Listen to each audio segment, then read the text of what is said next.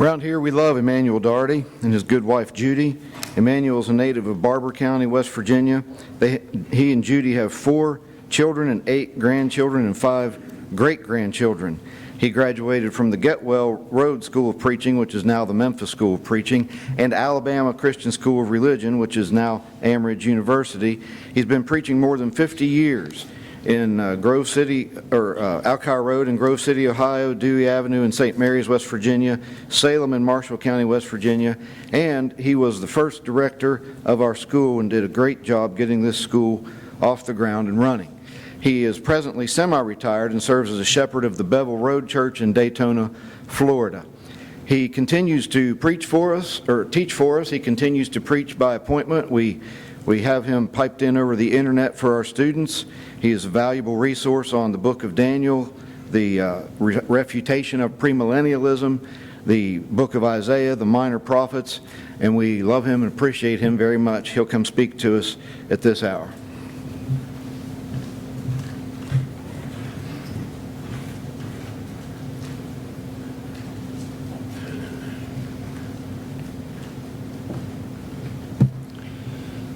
Things have changed.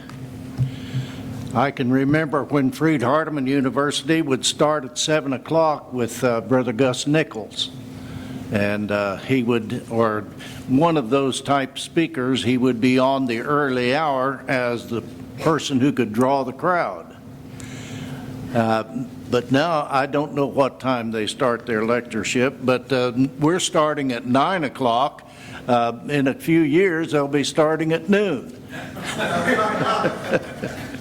Also on that resume, or that little blurb about my family and so forth, Judy and I have now been married 65 years and holding. And we have 3 additional great-grandchildren due to Bruce's boys. One of the boys had a little girl in September, and then one of the boys in Chicago had twins in late September. And so and we have 2 more on the way, another side of the family, but they'll be great-grandchildren. I love them. God is good. It's good to see so many people here who I count as really dear friends. You know, it's preachers, if they're like me, you have to have a comfortable pulpit. Do you ever find that you go to a place and you know, the feelings just don't seem the same? But when you go to a congregation where you've been around the people and they know you and they know your foibles and your flaws and all of those kind of things, you can relax. And I feel that way about this congregation. I've only preached a few places, actually, as far as located work in my time. And this was a great time in my life to come here to be part of the school, to get the school going, and to direct it for a while. And then I turned it over to a younger man. Denver was only in his 80s when he took the job. And then Denver did turn it over to a younger man. And now we have Andy. And he is doing a great work. Let's talk about the Psalms a little bit, and then we'll get to my Psalm. It's always good I think, to introduce a book or a chapter, and that's what most of the speakers have been doing, and I'm going to do that myself. There are so many great things about the Psalms to know, and one of the things I like about the Psalms, they are quickly and easily read. That doesn't mean they're quickly and easily understood, but many of them are short, and if I'm trying to get my Bible reading in, I'll read a bunch of Psalms. But the point is that we can be personally involved in the Psalms. The Psalms bring out all of our emotions, all of our feelings, whether we're feeling good or bad, there will be Psalms that relate. And I think that this is really the draw of the Psalms to most people, because you can be involved in them. You get the feeling that the writer is trying to express, and we can feel their joy. We can hear their and feel their exuberance and enthusiasm for what they're doing. But we can also feel their pain. We can understand suffering because we suffer. We can understand times of death and heartache, because these are the things that befall all men. And so a great many accolades have been made about the Psalms, and I ran across a couple here that I thought were good. John Calvin made the statement, he says that the Psalms are an anatomy of the soul. There is not an emotion of which anyone can be conscious that is not here represented as in a mirror. I think that's good. Spurgeon, who wrote several volumes massive volumes actually, on Psalms, remarked when finished, "Blessed have been the days of meditating, mourning, hoping, believing, and exalting with David." When we make a study of something in particular, especially things in the Bible, we do get personally involved in them, don't we? An interesting observation that I got from Brother Tom Waycaster's one of his books. I think it's book 4, or maybe book 5 in his the writing that he has. He's about President James A. Garfield. Now, before Garfield was a president, in fact, it was what I want to say is Abraham Lincoln had just been shot. But Garfield was in New York City. He had been on Wall Street that day, and when the news of Lincoln's death came to New York, the people were just upset and angry, the freshness of the war and the bitterness that had developed between people. And so there was a great emotion, and Garfield was trying to say something to get them settled down. And he made a reference to Psalm 97. And he said, "God reigns, and the government in Washington still stands." Our psalm begins with, "God reigns." Now, Jesus and the apostles and the writers of the New Testament all quoted from the Psalms. Do you know that there are 289 quotes of the Psalms in the New Testament? 116, there are 289 Old Testament quotes in the New Testament. 116 of them come from the Psalms. And so you see that the Psalms are referred to a lot all through the Bible. And of course, Jesus said, "The law, the Psalms, and the prophets testified of him." Now, the writing of the Psalms takes place over a period of 1,000 years. When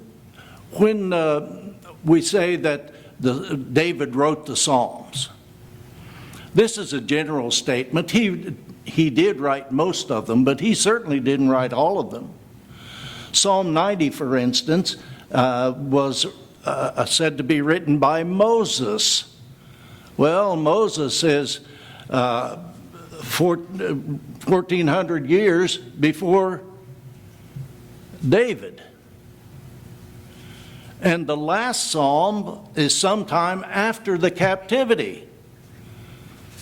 You know, the 126th Psalm and the 137th Psalm, where we hung our harps by the willows in their sadness over their captivity and the mentions of captivity.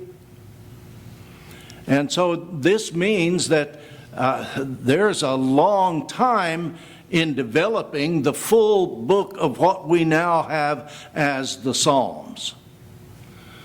Men like Asaph and King Hezekiah, and many other of the Levitical singers wrote some of those psalms. Now, several persons have talked about the repetitiveness of the psalms. Well, certainly God has a reason for this repetitiveness. It's how we learn. Back many, many years ago, I bought a book by the man named Gregory. His last name was Gregory. I can't remember the first part of it. But he said, he wrote, the title of the book was The 7 Laws of Teaching. The third law of teaching was repeat, repeat, repeat. That's how you learn, gentlemen, ladies. We learn the Bible by repetition. And just think of how the Bible repeats itself through and through. How many times is there a reference to the crossing of the Red Sea in not only Exodus, but in Deuteronomy and Numbers and the rest of the books? The prophets talk about the crossing of the Red Sea. The New Testament talks about that. That's how we learn. And so we should not be,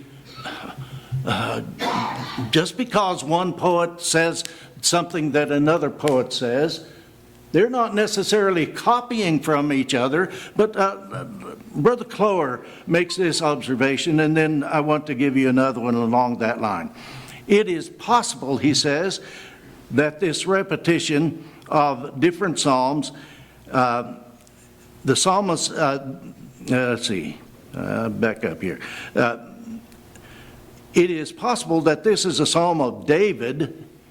You know, many times there David says it, but there's question whether David really wrote it. Was reshaped at a later time and used during the special occasion of the restoration, that is, after the captivity, taking place when the exiles returned. And so, yes, there may be another reference that David made, but don't we quote preachers and don't we quote scriptures all the time? Isn't that our way of teaching? And then Leupold calls it a mosaic, being made up of one quotation after the other, taken from passages in the law, the Psalms, and the prophets. In doing this, the psalmists are teaching their readers by way of repetition and by familiarity, helping them to implant God's will in man's heart. Yes, we read a psalm, you say, oh, yeah, I just read that in the previous psalm. Well, that's God's way of teaching you. The more you hear it, the more you read it, the more you see it, the better it sinks into your mind. Let's look at our psalm. I have the psalm in the book divided into 4 parts, and it begins, "The Lord reigns, let the earth rejoice, let the multitudes of isles be glad." And so the title of the psalm I have just titled, The Reign of God, the reign of Jesus Christ, the reign of the Messiah, the reign of Yahweh. The Lord reigns. He is our deliverer. The Lord delivers. His reign is a reign of deliverance and delivery. Verses 1 through 3. In the second place, our deliverers, our Lord delivers, and He delivers in righteousness. Verses 4 through 6. And then again, our deliverer is exclusive, the exclusiveness of His reign. He shares His throne with no one. Deity reigns. God reigns. Yahweh, Yah, reigns. Verses 4 through 7 through 9. And then the last point, our deliverer's love and provision in verses 10 through 12. Well, let's, when we think of this, that the Lord reigns, the Lord reigns, this calls for recognition of who He is. It calls for reverence. It calls for understanding, again, of who He is and especially who we are. He is from heaven. We are of the earth, earthy, as Paul says.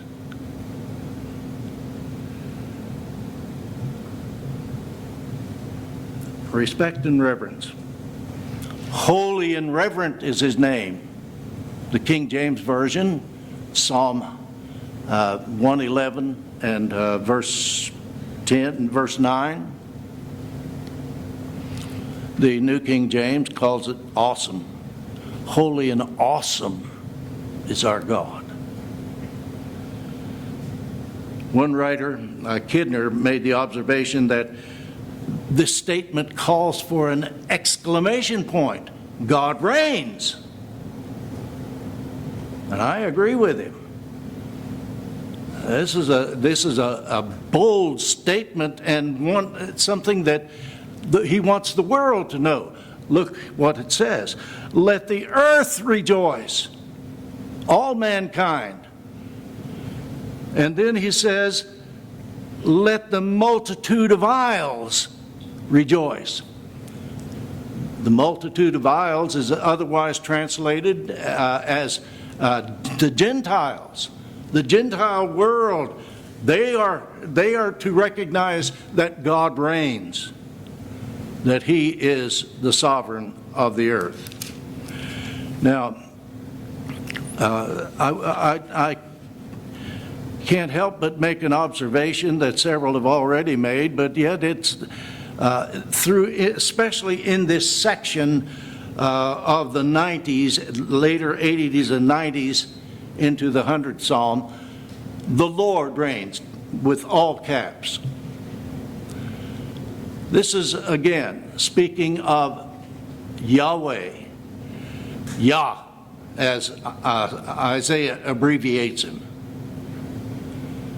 And so this is a different, Brother Dave Miller says that this is the name of God in a personal status, in a personal way. And so this is the God that we especially deal with, who has come into our life through His Son. And it's also the God that loves us. Not only did He make us, but He loves us and wants Him to be with us, with Him. Adam and Eve had a personal relationship with God in the garden till sin drove them out. And the coming of Jesus is to restore us to that personal relationship with Yah.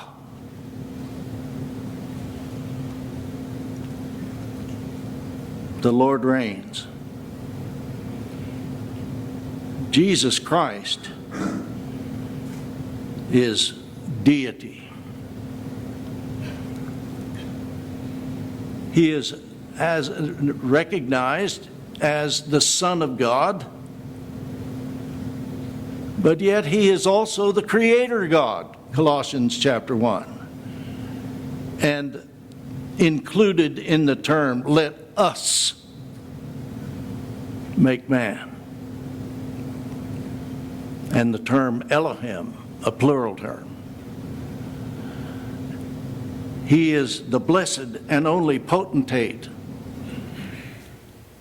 the King of kings, capital K, kings, lowercase kings, Lord of lords, capital L, lowercase l. Peter announced him as that way in his sermon in Acts chapter 2. This is when he became, that is, Jesus Christ, became that king of the lives of men who will acknowledge him as Lord, as Yahweh, as Christ, as Messiah. He is all of those things. God is all of those things. And so the Lord reigns. Let the Lord reigns. Let the isles be glad. The Lord reigns. He is clothed in majesty and honor. And we come to him in reverence. Isaiah chapter 6 and the opening verse tells Isaiah's vision of seeing the Lord on the throne. And the billows of his robes filled the temple. The awesome God.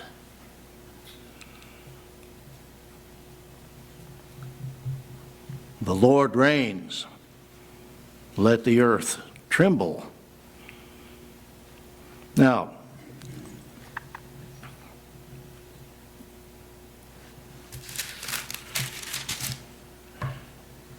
clouds and darkness surround him. Righteousness and justice are the foundation of his throne.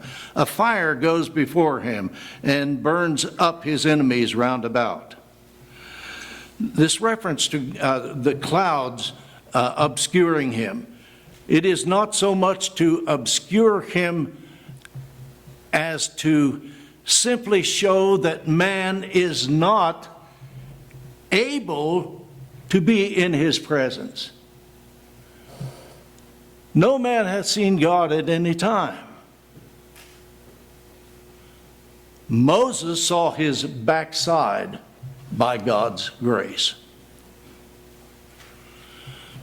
But as a person, a human, being able to see divinity up close and personal, it has not happened in the history of man until Jesus Christ became flesh. Jesus came to reveal him to us. Lord, show us the Father, and that will satisfy us, Philip said. Have I been so long with you, Philip, that you don't know me? If you have seen me, you have seen the Father. In other words, I am the representation of the Father in this world. I am, if you want to be like God, look at me, be like me. If you want to know what God knows, listen to me. I'm telling you what God wants you to know. That's the whole revelation of the New Testament. Jesus came to show us the Father. The Lord reigns. Now, as I said, I don't think that this clouds and darkness surrounding him is not trying to obscure him so much as it is to say we can't know him in the depth yet. We could know him when the Messiah comes. Now,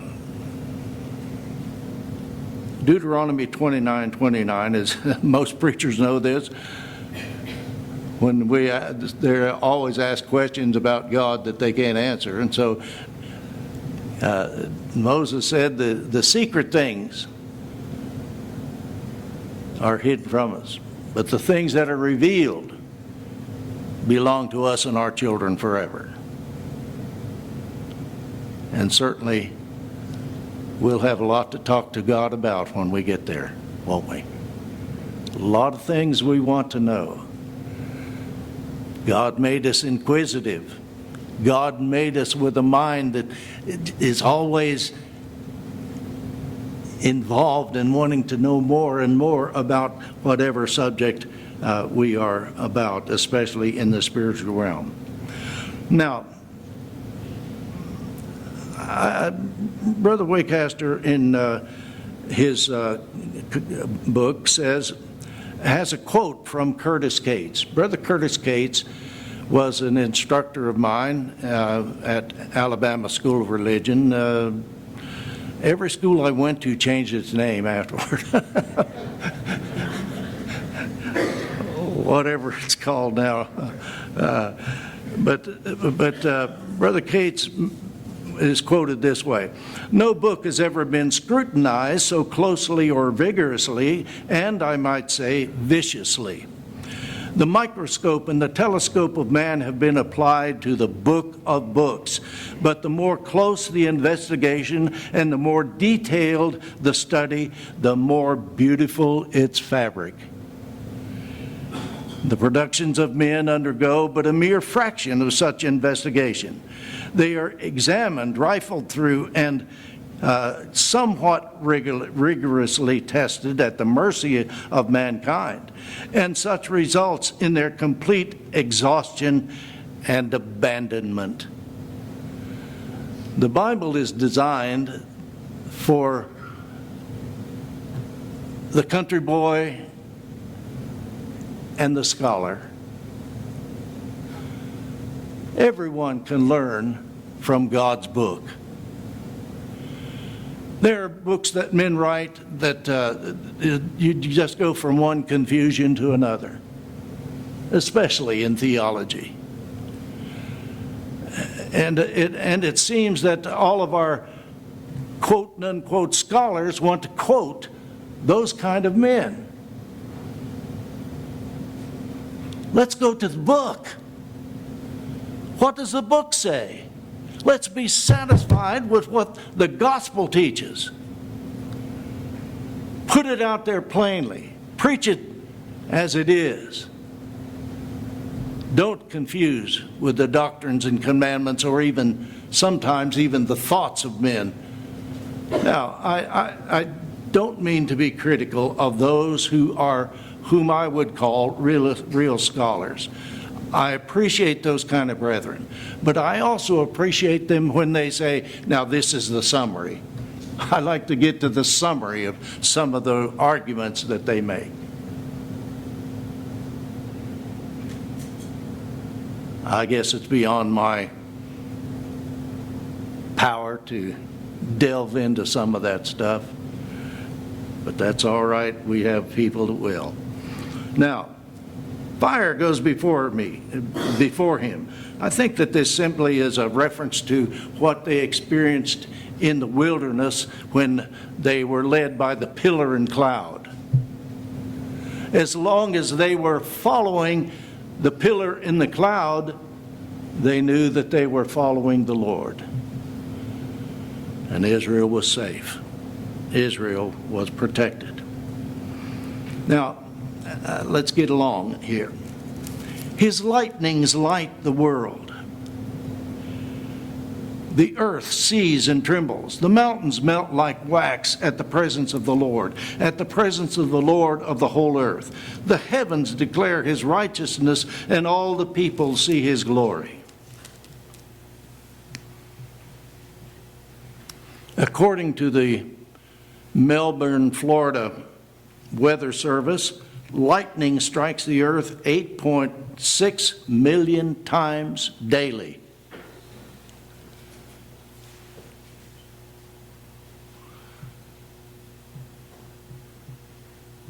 When we see the power of God in nature, when we see the earth shake, when we see and feel it tremble, is it not something that God is a part of God's world? And He is letting us know that He is there.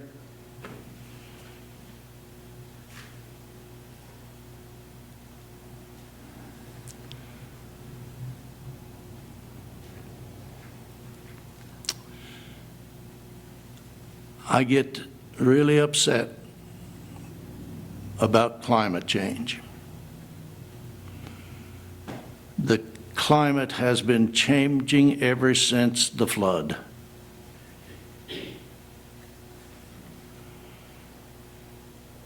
In the 1880s, the United States was in what they called the Little Ice Age. I came from a part of northeastern Ohio that is flat. And all the western Ohio is flat. But these mountains over here in the east got stacked up. When I was a kid, we used to go to Nelson Ledges State Park. The ledges were just a big pile of rocks. You leave that flatland and go up, and we climb on the rocks and run here and there. That was the edge of the Ice Age. You can go to an island in Lake Erie, and there is a groove cut in the rock of that island that marks what the Ice Age and the icebergs could do. Our world, my friends, has been changing and will change as long as humanity walks on it, as long as the lightning strike the earth 8 million times a day. There's going to be changes. There's going to be earthquakes. There's going to be floods. There's going to be fires. There's going to be things that change the physical nature of our climate. I dread this war that is developing in the Middle East.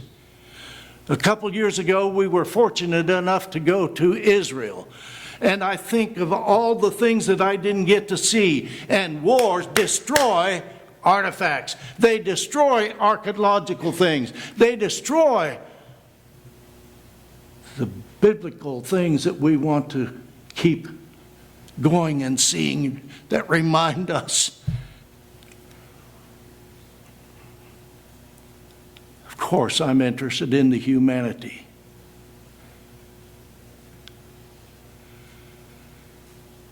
But my friends, when these people talk about being able to control the climate, he that sits in the heavens shall laugh.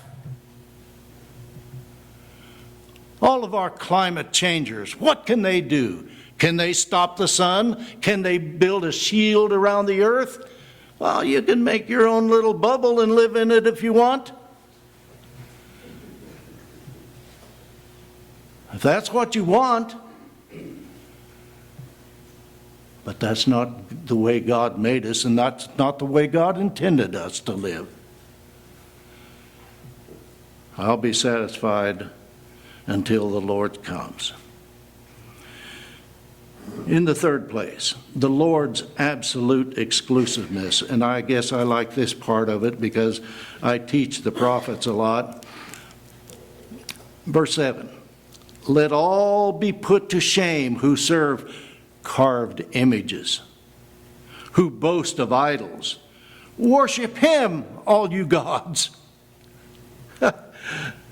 Zion hears and is glad, and the daughters of Judah rejoice because of your judgments, O Lord. For you, Lord, are most high above all the earth. You are exalted far above all gods.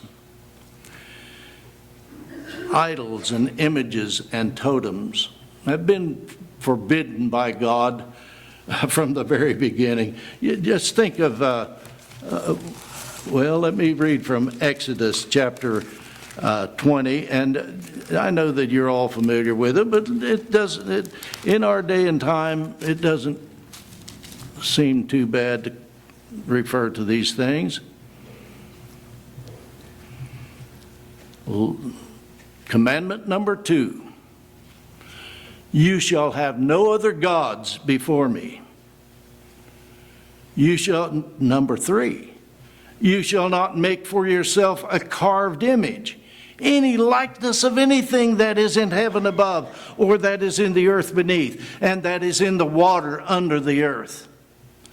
You shall not bow down to them, nor serve them, for I, the Lord, Jehovah your God, am a jealous God, visiting the iniquity of our fathers upon the children to the 3rd and 4th generation to those that love me, but showing mercy to thousands, to those who love me and keep my commandments.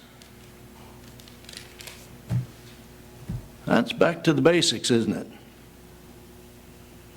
Idols, carved images. I teach the book of Isaiah, and the more I teach it, the more I love it.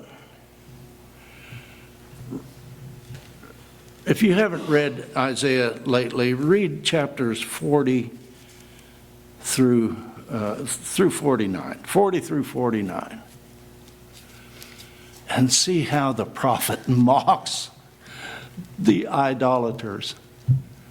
I mean, it's something that I enjoy reading because it exposes them so much, and it's such. Isaiah doesn't pull any punches. He doesn't make any apology for attacking the idolaters of his day. He says,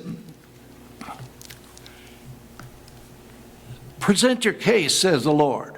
"Bring forth your strong reason," says the King of Jacob. "Let them bring forth and show us what will happen." In other words, they're trusting in their God. Let your God tell something that is going to happen. Or let him tell something that is past, that had already been, evidence had already been given.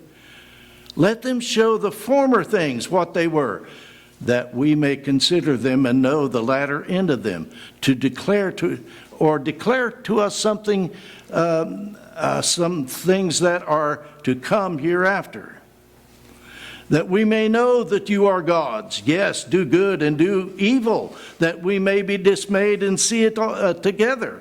Indeed, you are nothing, and your work is nothing. He who chooses you is an abomination. And he makes mockery of those that cut down a tree. And he says, with part of it you carve your image and make your idol. With part of it you cook your food. With part of it you warm yourself. And then when you get done with this image, you bow down and worship it as your God. How foolish, how ridiculous.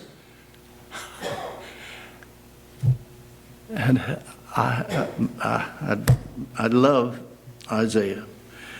I love his preaching in power. And so climate change, that's idolatry. He that sits in the heavens will laugh. Now, the idols can't protect, they can't guide, they can't console, they can't help, they can't serve, they can't bless or curse. So why trust them, or why fear them at all? In fact, they're a source of embarrassment. Think of Elijah on Mount Carmel. And 450 prophets to one. And he ended up beating them all. You guys remember the story, but he says they started cutting themselves with knives. They're working themselves into a frenzy. Their blood is being shed, and the blood of these animals has been shed, and water has been poured on it by Isaiah's helpers, and it's flooded. Everything is flooded, and he simply speaks to God, and God consumes that idol. They could not. The idols could not. The gods could not. But the God did. The power of one prophet.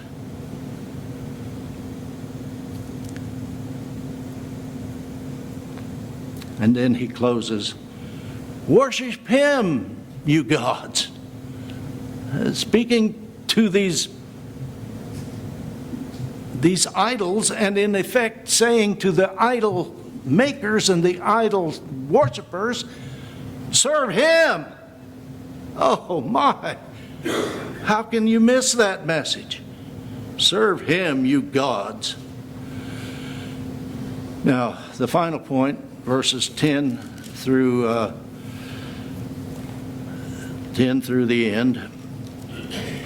I've got to get back to my text. I'm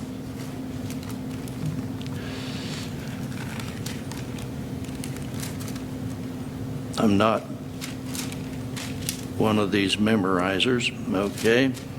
All right. You who love the Lord hate evil. He perseveres the souls of his saints. He preserves the souls of his saints. He delivers him out of the hand of the wicked. Light is sown for the righteous, and gladness for the upright in heart. Rejoice in the Lord, you righteous, and give thanks at the remembrance of his holy name. The Lord's love and provision. Now, comparing the idols. There was one other thing I wanted to show you from Isaiah about these idols, and it pertains to God's provision. Look at Isaiah chapter 46 and notice with me these verses.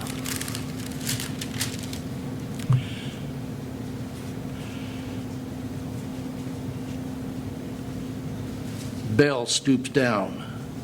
Nebo stoops. These are Babylonian idols. Their idols were on the beast and on the cattle. Your carriages were heavily loaded, a burden to the weary beast. They stood, they bowed down together. They could not deliver the burden, but have themselves gone into captivity. Now, the picture is, Isaiah is describing, in prophetic terms, the Babylonian captivity had not happened when Isaiah was writing. That's yet to come. But he is telling some things that are going to take place. And so these gods of the Babylonians bowing down is referred to, they are immovable and so heavy that when they had their parades through the streets of Babylon on their feast day, they had to load them on ox carts and other animals in order to parade them through the streets for the people to see and worship and be filled with awe. And so he says, your gods have to be carried. Read the next couple verses. Listen to me, O house of Jacob, and all the remnant of the house of Israel, who have been upheld by me from birth, who have been carried from the womb. Your animals have to carry your gods. I've carried you from the womb. Even to your old age I am he. and even to gray hairs I will carry you. I have made and I will bear, even I will carry and will deliver you. Your gods have to be carried. Your God, Israel, has been carrying you from the time they became a nation. They were His by choice. My friends, you are His by choice. You become chosen when you identify yourself with the Son of God, the one who came to reveal the Father. When you hear what He has to say and believe what He teaches and accept that into your heart and your life and make it your own. When you are saying really at conversion, I want to be like Him. You are baptized into Christ. You are chosen. You have become the chosen. We watched this movie, The Chosen. I've seen a few episodes. It has some, I don't want to speak against it, but it's not something that's going to tell you what to do to be saved.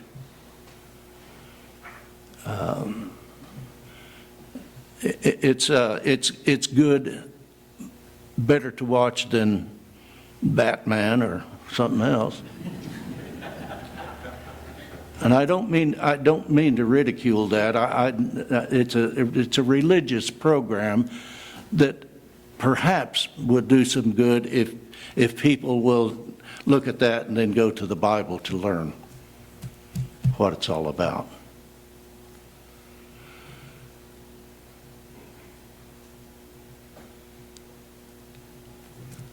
You who love the Lord, hate evil. Back to our subject. Oh, I am past my time, Andy, and I'm going to quit. The rest of it's in the chapter. I would like to finish it, but I won't steal somebody else's time. Thank you. You listened patiently.